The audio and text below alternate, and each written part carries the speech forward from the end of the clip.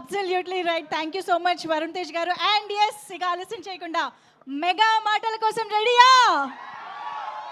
Yes, over to megastar. Thank you thanks thank you very much. అందరికీ నమస్కారం. ఒక cinema విజయవంతమైతే అది ఎంత మందిలో ఆనందాన్ని నింపుతుందో ఎన్నో సంవత్సరాలుగా చూస్తున్న నాకు అదే మళ్ళీ ఇక్కడ పునరావృతం అయింది.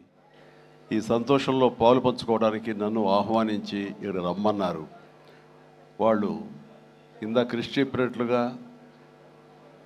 సినిమా చూసిన వెంటనే దీనికి ఎప్పుడు ఫంక్షన్ పెడతారు, దీని గురించి 4 ముక్కలు మాట్లాడాలని నాకు ఉత్సాహంగా ఉంది అనగానే వరుణ్ చాలా సంతోషపడిపోయి, డాడీ మీరు రావాలి ఇదంటే ఖచ్చితంగా వస్తాను రా, ఇది ఇలాంటి సెలబ్రేట్ చేసుకోవాలి, ఈ ఆనందం 10 మందితో పంచుకోవాలి. ఇంత పెద్ద విజయాన్ని ఇచ్చేటువంటి ఆడియన్స్కి మనం తల ఉంచి వాళ్ళకి ధన్యవాదాలు తెలియచేయాలి. ఇది అందరి యొక్క బాధ్యత అంటూ ఆ ఉద్దేశంతో నేను ఇక్కడ రావడం జరిగింది. అండ్ చాలా సంతోషంగా ఉంది. అండ్ ఒక సినిమా హిట్ అయితే ఇక్కడ ఉన్నటువంటి అందరూ టెక్నీషియన్స్, పనిచేసిన వాళ్ళు, నటీనటులు, సాంకేతిక నిపుణులు, ప్రతి ఒక్కళ్ళు వాళ్ళ ఆనందం ఓవర్వెల్మింగ్ తోటి వాళ్ళు అయ్యి చూపించే రియాక్షన్స్ చూస్తుంటే ఓ ఇది కదా అని. కానీ ఒక సినిమా హిట్ అయ్యింది అంటే అది ఎంతమందిలో, అంటే దాన్ని కొన్నటువంటి వ్యాపారాత్మకంగా చూసి కొనేటటువంటి బయ్యర్లు కానివ్వండి, ఎగ్జిబిటర్స్ కానీ, వాళ్ళల్లో ఒక బ్యాంకులో అకౌంట్లో డబ్బులు నింపుతుంది. అట్లాగే ఇక్కడ పనిచేసే కార్మికులు కానివ్వండి, కళాకారులు కానివ్వండి, ప్రతి ఒక్కరిలోనూ వాళ్ళకి ఒక సంతృప్తి నింపుతుంది. కింద స్థాయి వాళ్ళకైతే కనుక వాళ్ళకి ఆ రోజున ఆ కుటుంబానికి కడుపు నింపుతుంది. ఇక ప్రొడ్యూసర్లు ఎవరైతే నిర్మించారో వాళ్ళకి ఎంత ఎనలేని సంతోషం నింపుతుంది వాళ్ళ గుండెల్లో.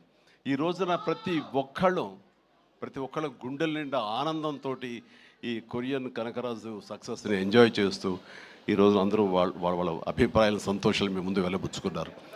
ఈ సినిమా ఒక సక్సెస్ అయ్యి ఇంతమందిలో ఇన్ని రకాలుగా ఆనందం నింపుతుంది అంటే కనుక అది ప్రధానమైన కారణం దర్శకుడు, అలాగే కంటెంట్ అందించిన కథకుడు. వీడు చాలా చాలా ప్రధానం. వాళ్ళ బాధ్యత అంతా ఇంత కాదు. ఒక సినిమా హిట్ అయితే ఇన్ని వందల మందిలో ప్రత్యక్షంగా, కొన్ని వేల మంది పరోక్షంగా వాళ్ళ యొక్క ఆనందానికి కారణం అవుతారు. కాబట్టి వాళ్ళ యొక్క బాధ్యత అంతా ఇంత కాదు. ఈ రోజున మన మేర్లపాక గాంధీ గారు, ఆయన చిన్నవాడైనా సరే గతంలో సినిమాలు 1-2 సినిమాలు నిర్మించారు. ఎన్ని సినిమాలు చేశారు? ఓకే, మీరు చేసిన 6 డజన్ పైగా సినిమాలు కొన్ని చూడటం జరిగింది, కానీ అన్నీ చూడలేకపోయాను. But you have wonderful director. And ఇంత ప్లీజ్ సార్, ప్లీజ్ కూర్చోండి, మీరు కూర్చోండి, లేదా వస్తారండి, ప్లీజ్ కమ్ పైకి. సో వీళ్ళ యొక్క ఆలోచన విధానం, వీళ్ళ కంటెంటు, ఇది ఎంత మందికి ఈ రోజున ఉపాధి కల్పించింది, ఎంతమందికి ఆనందాన్ని ఇచ్చింది, ఎంతమందికి అకౌంట్లో బ్యాలెన్స్ వేసింది అనేది నేను చెబుతుంటే దాని బాధ్యత అంతా ఇంత కాదు. వీళ్ళు కేవలం స్టార్ట్ కెమెరా యాక్షన్ ఓకే అని ఒక సినిమా చేసింది, ఓకే నెక్స్ట్ పిక్చర్ ఏంటి అని వెళ్ళటం కాదు. ఇది చాలా బాధ్యతాయుతమైనటువంటి ఒక పోస్ట్ డైరెక్టర్ అనేది. సో ఆ రకంగా పూర్తి స్థాయిలో ఈ సినిమా విజయవంతం అవటం కోసంగా ఎన్ని అడ్డంకులు వచ్చినా సరే, ఎన్ని ఆర్థిక సమస్యలు వచ్చినా సరే, ఎన్ని రకాల వచ్చిన వాటిని అధిగమించి ఒక కాన్ఫిడెన్స్ తోటి, సినిమా మీద నమ్మకంతో సినిమా విజయం ముందుగానే ఊహించి ఈ స్థాయికి తీసుకురావడానికి కారణమైనటువంటి మేర్లపాక గాంధీ గారిని నేను మనస్ఫూర్తిగా అభినందిస్తున్నాను. ఇలాంటి ఈ ఉత్సాహాన్ని, ఈ యొక్క దీన్ని ఫ్యూల్ లాగా చేసుకుని గుండెల నిండా నింపుకొని మరింత ఉత్సాహంగా మీరు ముందుకు వెళ్ళాలని, మరెన్నో హిట్స్ ఇవ్వాలని, పరిశ్రమ ఆ రకంగా మీరు సేవలు అందివ్వాలి, మీరు అంత అభివృద్ధిలోకి వెళుతూ పై స్థాయికి వెళ్ళేందుకు మీరు అన్ని రకాల కృషి చేయాలి. దానికి మీ కమిట్మెంటు, మీ కష్టపడే తత్వం అండ్ ప్రొడ్యూసర్ పట్ల బాధ్యత, మీ మీద ఆధారపడే ఎంతోమంది పట్ల మీ యొక్క రెస్పాన్సిబిలిటీ, ఇవన్నీ కూడా మీరు మైండ్లో పెట్టుకుని మంచి కంటెంట్లతోటి సినిమాలు తీయాలని మనస్ఫూర్తిగా ఈ సందర్భంగా నేను చేస్తున్నాను. ఇక ఈ సినిమా సక్సెస్ చూస్తుంటే, ఈ సినిమాని చూస్తుంటే మాత్రం చాలాసార్లు డైరెక్టర్ ఒక వైవిధ్యమైనటువంటి కథ అనుకుని దాన్ని తెరకెక్కించడంలో ఒక చిన్న ఎక్స్పెరిమెంట్ చేసి అనుకోవచ్చు. అండ్ హారర్ కామెడీ అనేది చాలా వచ్చినాయి, గతంలో కూడా వచ్చినాయి. కానీ దీంట్లో ఒక ఫ్లేవర్, కొరియన్ ఫ్లేవర్ పెట్టడం అనేది వండర్ఫుల్ థాట్ అది. ఇప్పుడు ప్రతి వాళ్ళు కే పాప్ అని, కే డ్రామా అని, మన కొరియన్ సినిమాలని వాటి ఒక దీంట్లో మన ఓటీటీలో వాళ్ళందరూ చూస్తూ కొరియన్ పట్ల ఒక రకమైన మక్కువ పెంచుకున్నారు యూత్. అలాంటిది మన సినిమాల్లో మెర్జ్ చేస్తే కనుక ఆ రిజల్ట్ వేరు, ఆ ఇది వేరు అన్ని ఆ థాట్ రావడమే ఇంత పెద్ద సక్సెస్కి, ఇంత పెద్ద బ్లాక్ బస్టర్ అవడానికి ప్రధానమైన కారణం. దానికి మనస్ఫూర్తిగా సభాముఖంగా నేను గాంధీని అభినందిస్తున్నాను. అండ్ ఈ సినిమాలో ఇంత రసవత్తరంగా సాగింది, ఇంత కమర్షియల్గా ఇంతమందిని ఆకట్టుకోగలిగింది అంటే ప్రధానంగా వరుణ్ తేజ్ ఇక్కడ నేను ఏది మాట్లాడిన ఒక బిడ్డగా కాదు, ఒక వైవిధ్యం వెల్కమ్ చేసి కేవలం ఒక సేఫ్ జోన్ కాకుండా రిస్క్ అయితే అయ్యింది, నేను అందరిలాగా కాకుండా వెరైటీగా వెళ్తూ ఉండాలంటూ ఆ కోరిక మేరకు, ఆ యొక్క జిజ్ఞాస మేరకు క్రిస్ గారి ఆయన కంచె నుంచి చేసిన, అంతకుముందు ఆ సినిమా ఫస్ట్ సినిమా ముకుందా చేసిన, ఒక్కొక్క సినిమా అలాగే స్పేస్ నేపథ్యంలో అంతరిక్షం చేసిన, ఇలా ప్రతి సినిమా చూస్తుంటే ఒక్క సినిమాలో కనిపించడం మరో సినిమాలో కనిపించలేదు. ఇప్పుడు మనం అందరూ ఏవి చూసాము, డిఫరెంట్ గెటప్స్ తోటి వెళ్తూ ఆ చేసిన ఆ కొన్ని సినిమాలు కూడా వైవిధ్యం చూపిస్తూ ముందుకు వెళ్తున్నాడు అని అంటే కనుక అతను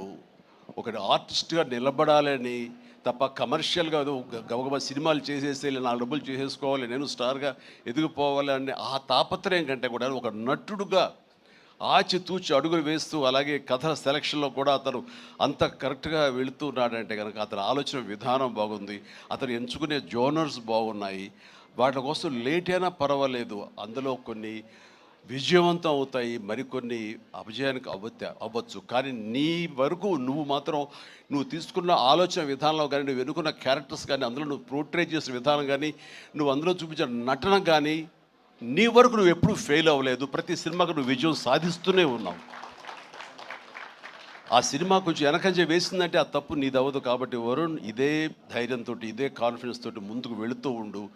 ఒక వెర్సటైల్ యాక్టర్గా నువ్వు ఇక్కడ ఈ స్థానం సుస్థిరం చేసుకుంటావు. All the very best. And ముఖ్యంగా ఇక్కడ ఈ సినిమా సక్సెస్ అవ్వడానికి మీ అందరూ కారణమైనా సరే, జస్ట్ చిన్న పర్సనల్గా మాట్లాడుకుంటాను. అండ్ మావాడు ఇది తన సక్సెస్ అనుకుంటున్నాడు, ఇది నీ ఖాతాలో వేసుకోవద్దు వరుణ్, ఇది మన బుడ్డోడు వాయు తేజ్ ఖాతాలో వేయి. నీ లక్కీ చామ్ వాడు.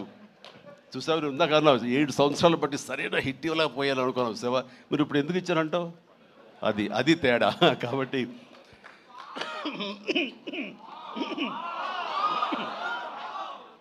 మా లక్కీ చామ్ వాయువు. అండ్ ఇక నెక్స్ట్ మరొక ఈ సినిమా ఇంత పెద్ద హిట్ అవ్వటానికి మరొక స్ట్రాంగ్ రీజన్ సత్య సినిమాలు వరుసగా చూస్తుంటాను. సత్య ఇక లేడు పాప, అన్ఫార్చునేట్. రావాలని చాలా ఉత్సాహంగా ఉన్నాడని నాకు చెప్పాడు మనవాడు. అండ్ బిజీగా ఉన్నాడు. ఓకే, ఇలాంటి ఈవెంట్స్ రాకపోయినా సరే ఇది ఎలాగైనా చూస్తారు తను. ఈ పాటికి లైవ్ చూసేస్తుంటాము. సత్య నువ్వు చూస్తుంటావు, నాకు తెలుసు, అర్థమైంది. ముందు నీకు షూటింగ్ ఉంది, అక్కడ షార్ట్స్ ఉన్నాయి, తర్వాత చూసుకోవచ్చు, షార్ట్లోకి వెళ్ళు. ఈ సినిమాలో చాలా బాగా చేసావు. ఎంత అంటే ఏంటి తను అని చెప్పేసి నీ కోసం ఈ సినిమా మరొకసారి కూడా చూడాలంత బాగా చేసావు. నువ్వు నాతో పాటు యాక్ట్ చేసినప్పుడు కూడా నేను అబ్జర్వ్ చేస్తుంటే నీకు లిమిటేషన్స్ లేవు నువ్వు. అండ్ ఆ క్యారెక్టర్ పరంగా నువ్వు ఆ హద్దులు లేకుండా నీ మనసుకు ఏది అనిపిస్తే నీకున్నటువంటి ఆ మిమిక్ టాలెంట్ తోటి దీన్ని అల్లుకుంటూ వెళ్ళిపోతుంటావు, కొత్తగా చేయడానికి ప్రయత్నం చేస్తుంటావు. అది నీ బలం. కాబట్టి ఎలాంటి ఇన్హిబిషన్స్ లేకుండా నువ్వు చేసే విధానం ఉంది, అది ఒక వైవిధ్యంగా ఉంటుంది. ఇంతమంది చేత అలరించబడుతుంది, ఇంతమంది చేత ఆకర్షించబడుతుంది. వాళ్ళందరూ ఆశీస్సుతోటి ఇదిగో ఇలాంటి విజయాలు నీ యొక్క ఖాతాలో చేరుతూ ఉంటాయి. ఆ రకంగా నువ్వు చూపించినటువంటి ఈ కామెడీ నాకు మళ్ళీ చూడాలనిపిస్తుంది. అంత బాగా చేసావు. అఫ్కోర్స్ మనం చేసినప్పుడు కూడా నువ్వు నీ అభిమాని అండి అంటూ గతంలో మీరు ఎట్లాగా నా సినిమాల కోసం ఎన్ని చూస్తుంటావు అండ్ అవన్నీ చెప్తూ ఉంటావు, వింటూ ఉంటాను. కానీ నాకు నువ్వు ఆనందం ఇచ్చాకంటే నా శిష్యుడిగా కానీ నా అభిమానం కానీ నా అభిమాని ఇంత స్థాయిలో ఉన్నాడన్న ఆ గర్వం ఉంది సేవా, అది నేను కొన్నా సరే ఎలాగైనా నేను మాటలు వచ్చి చెప్పలేను, అంత ఆనందంగా ఉంది. ప్లీజ్ కీప్ రాకింగ్, మీరు ఇట్లా ముందుకు వెళ్తుండాలి, కానీ సినిమాలు మరెన్నో చేస్తుండాలి. అండ్ ఈ సినిమాకి ఇంజనీర్ మన గాంధీ అయితే ఐరన్ పిల్లర్స్ మన వరుణ్ తేజ్. ఈ ఐరన్ పిల్లర్ నిలబడి ఒక కన్స్ట్రక్టివ్గా ఒక కన్స్ట్రక్షన్ ఉండాలి అంటే కనుక ఆ కాంక్రీట్ ఈ రోజున సత్యాన్ని నా విశ్వాసం, నాకు అలా అనిపిస్తుంది. So the wonderful combination. ఆయన డిజైన్ చేసాడు, పిల్లర్ లాగా నిలబడ్డాడు, ఐరన్ స్ట్రక్చర్ లాగా. ఆ ఐరన్ స్ట్రక్చర్కి అందంగా ఓ రూపం కల్పించి ఇదిగో ఈ కనకరాజు, కొరియన్ కనకరాజు అనేందుకు కాంక్రీట్ లాగా నిలబెట్టి స్ట్రాంగ్ వాల్ లాగా చేయగలిగాడు. దానికి సత్య ప్రధానమైన కారణం అయితే, దానికి మరి వాళ్ళకి రంగులు అందాలు కావాలి కాబట్టి ఆ అందాలు అది ఇచ్చింది Ritika. Ritika, you day fantastic job. And నీ గ్లామరు అది చూస్తుంటే వావ్ అనిపించింది నాకు. ఆ వావ్ ఇక్కడ వాడాలంటే మీరు ఇందాక నుంచి హింట్ ఇస్తారంట. తను నిజంగానే వావ్ చాలా బాగుంది. అది కొరియన్ దీంట్లోని హుషారు కానీ ఇవన్నీ ఎక్సలెంట్ అమ్మా. తర్వాత ఇక మన ఇతర ఆర్టిస్టులు పోలిస్తే కనుక నాకు మన ఉనికిదాకా ఉన్నారా, వెళ్ళిపోయారు ఆయన, మురళీధరన్ గౌడ్ గారు. ఓకే, ఆయన ఎక్సలెంట్, ఆయన కూడా మంచి ఆర్టిస్ట్. ఆయన సినిమాలు చూస్తుంటాం, ఎంత సహజంగా చేస్తుంటారో వారు కూడా ఇందులో కామెడీకి ఉపయోగపడ్డారు.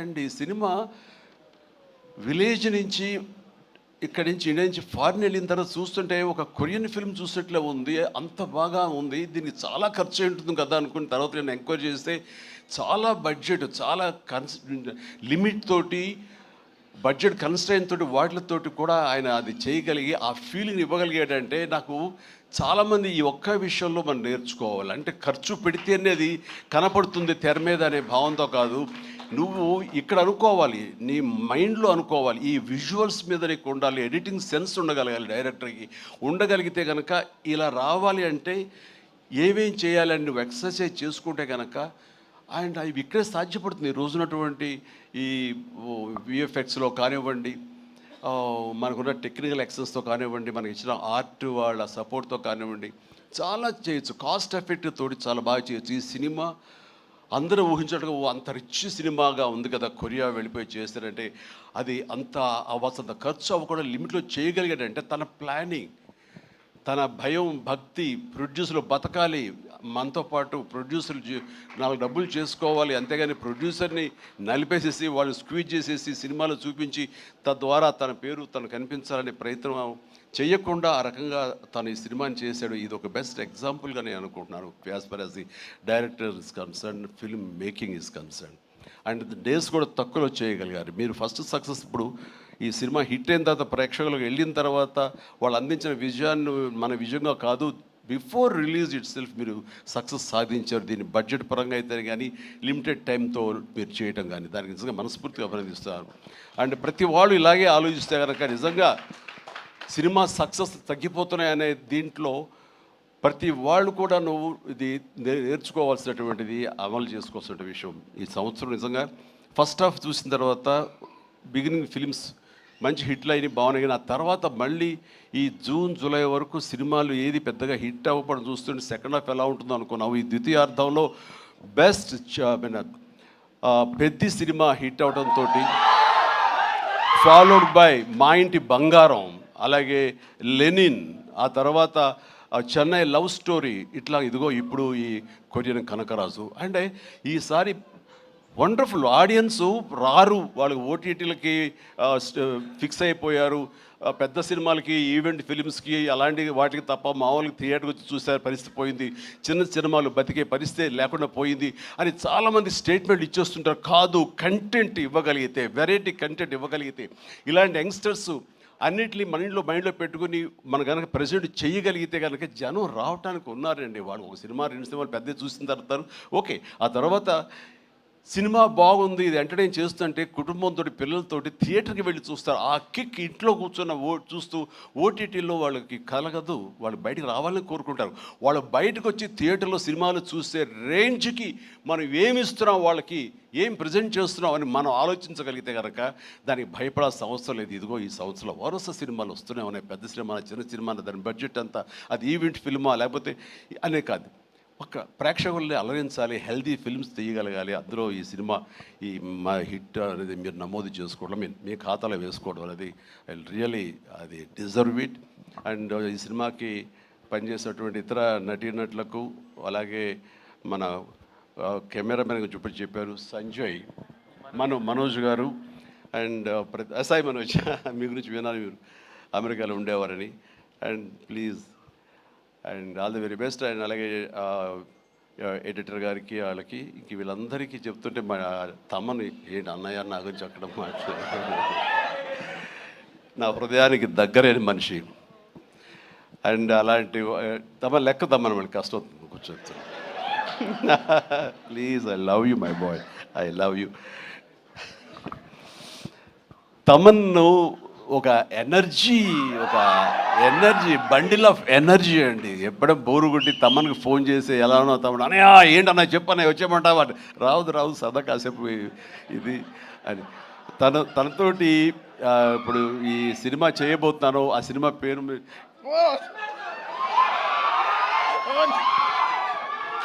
చెప్పలేదు, చాలా హోల్డ్ చేసుకుంటున్నాను. కొంచెం కూడా వద్దంటవా, ఫస్ట్ లెటర్ ఫంక్షన్కి వచ్చే ముందరే బాబీ చెప్పి మరి పంపించాడు, నేను జాగ్రత్త చూసుకో. ఓకే, వాళ్ళకి హింట్ ఉన్నప్పుడు ఆపుకోలేకపోతున్నాను, బలవంతంగా ఆపుతున్నాడు చెప్తాను. Okay, all right.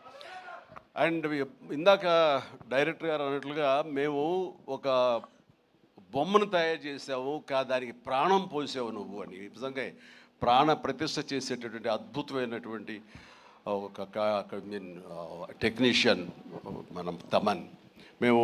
నేను ఇదే మాట అన్నాను, మాకు ఈ సినిమా అన్ని రకాలుగా మేము చేసాము అని. నాకు ఈ మధ్యకాలంలో మేము చేసినటువంటి గాడ్ ఫాదర్ సినిమాలో, అండ్ తమన్ నిన్ను నమ్ముతున్నాను, దీనికి ప్రాణ ప్రతిష్ఠ నువ్వు చెయ్యాలి, దీనికి ప్రాణం పోయాలి, దీనికి ఆరో ప్రాణం నువ్వే అవ్వాలి అని అన్నందుకు ఆ సినిమాలో తను చేసి ఆ బీజిఎమ్స్ అవి అంత అత్యద్భుతంగా ఇచ్చాడు ఆ సినిమాలో. అండ్ దానికి ఇప్పుడు మళ్ళీ ఈ సినిమా మన రాబోయే కొత్త సినిమా 158 అలాగే అంతా కష్టపడి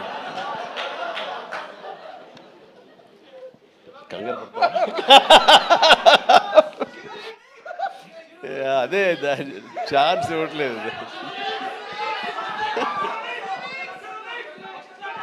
దానికి ఇప్పుడు టీజర్ రాబోతుంది నా బర్త్డే సందర్భంగా. దానికి ఇది ఆపలేవు నువ్వు, ఇంకా ఏమి చెప్పకుండా అంటే కష్టం అవుతుంది, ఇంకా చిరాకు తెప్పిస్తారు ఎంత. సో ద టీజర్ అనేది కొల్లి బాబీ చాలా అద్భుతంగా కట్ చేసినాడు. దానికి తను ఇస్తున్న బీజిఎమ్స్ అనేది అదొక లెవెల్లో ఉంటుంది. ఖచ్చితంగా మీరు ఆ రోజున మీరు వెయిట్ చేయండి, ఆ సినిమా ఆ ట్రైలర్ ఎంజాయ్ చేస్తూ తద్వారా మీరు బాగుంది అంటే అదే మీరు నాకు ఇచ్చే బర్త్డే విషెస్. తమన్ మనస్ఫూర్తిగా ఈ సినిమాలో నీ వర్క్ గురించి ప్రత్యేకంగా చెప్పక్కర్లేదు, అత్యద్భుతంగా చేసావు, ప్రతిదీ బాగుంది. అండ్ కొన్ని ఎలివేషన్స్ నువ్వు ఇచ్చినప్పుడు అంతా ఇంతగా తను ఒక సాదాసీదా ఒక విలేజ్ బాయ్ నుంచి వాడు ట్రాన్స్ఫార్మ్ అయ్యి ఒక కొరియన్ వాడు ఆవహించిన తర్వాత తన స్వాగ్, తన బడి తీసుకోవడం, తన సిగార్ కాల్చడం, ఇవన్నీ చూస్తున్నప్పుడు వెనకాల నువ్వు కనపడుతున్నావు సైమల్టేనియస్గా.